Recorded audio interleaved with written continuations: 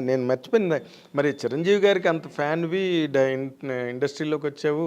మరి చిరంజీవి గారికి ఎప్పుడు కథ చెప్దామని గాని నేను నా పేరు సూర్య తర్వాత సార్కి ఒక లైన్ చెప్పాను. అది వర్కౌట్ అవ్వలేదు. 2-3 సార్లు కలిశాను, ఏదో చెప్పాను. బట్ ఖచ్చితంగా ఏదో ఒకరోజు ఆయనకి నేను అనుకున్న చిరంజీవి గారి కథ మాత్రం ఆయనతో ఒప్పించుకుంటా ఏదో ఒక రోజు.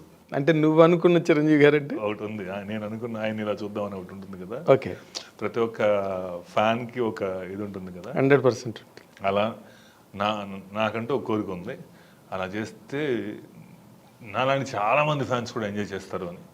ఓ అది అది ఖచ్చితంగా waiting for some good moment.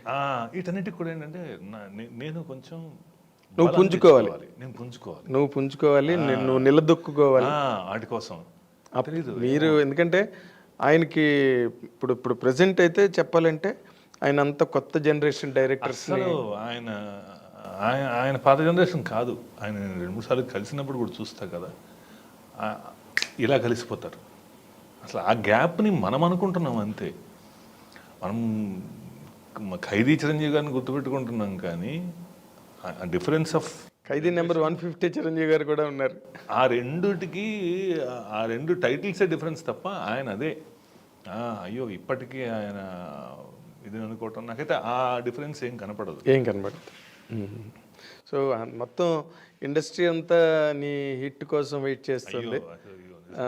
And all offices, నేను 4-5 ఆఫీసులకి వెళ్ళినప్పుడు కూడా ఓకే నాని సినిమా రిలీజ్ అవుతుంది, 100% దాని మీద ఎక్స్పెక్టేషన్ ఉంది. 100% రేపే రిలీజ్ అవుతుంది. రేపే మీది పక్క రోజు. మై ఫేవరెట్ యాక్టర్స్, నాకు చాలా ఇష్టమైన వాడు. ఫ్యూచర్లో సినిమా చేయాలని కోరుకుని అదే అనుకునేవాడు. అదే బాకీ కదా, నువ్వు నానికి సినిమా బాకీ నేను చేసుకోవాలి ఖచ్చితంగా. నాకు చాలా ఇష్టం తన సంభవం.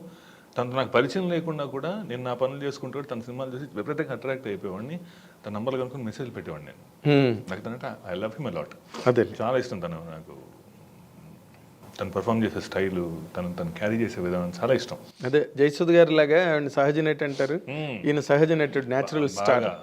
చాలా పెద్ద ఇబ్బంది పడ్డు చేయడానికి, పెర్ఫార్మెన్స్ ఉంటుంది, ఎఫర్ట్లెస్గా ఉంటుంది, ఈజీగా చేస్తాడు. I love his approach towards acting, చాలా బాగుంటుంది. ఎంచుకునే కథలు చాలా క్లిష్టంగా ఉంటాయి, అవును. తను మాత్రం చాలా న్యాచురల్గా ఉంటాడు, ఫార్ములాలో ఉండడు. అది ఇంకా నచ్చుతుంది నాకు. తనకు ఒక పెద్ద అది ఏదైనా ఇప్పుడు దసరా చేస్తే ఇంకొకటి చేస్తాడు, శ్యామ్ సింగ్ రాయ్ అంటాడు, అంటే సుందరానికి అంటాడు, ఇప్పుడు ఇంకేదో సరిపోదా శనివారం అంటున్నాడు, ఇప్పుడు చూడండి ఆయన అన్న అంటున్నాడు. I wish him all the success. 7వ తారీఖు ఆ సినిమా చాలా పెద్ద హిట్ అయిపోవాలి, 8వ తారీఖు నా సినిమా ఇంకా పెద్ద హిట్ అయిపోవాలి కోరుకుంటున్నాను.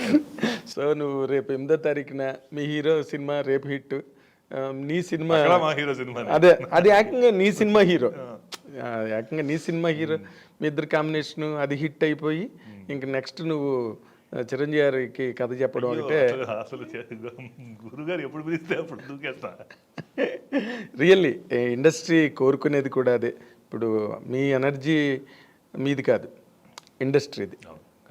మీ ఎనర్జీ ఇండస్ట్రీకి చాలా ప్రధాన ధాతువు, ఇంధనం. ఎనీబడి ఒక ఆర్టిస్ట్ కావచ్చు, టెక్నీషియన్ కావచ్చు, మీ ఎనర్జీస్ అన్నీ ఇండస్ట్రీకి ఎనర్జీ.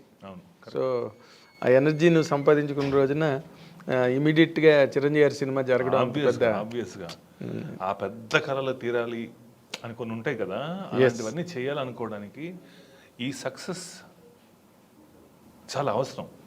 కొన్ని ఎప్పుడు కూడా పుంజుకోవడం అని నాకు అన్నారే, అలాగా అవి ఉంటే ఇంకా చాలా చాలా చేయటానికి అవకాశం దొరుకుతుంది.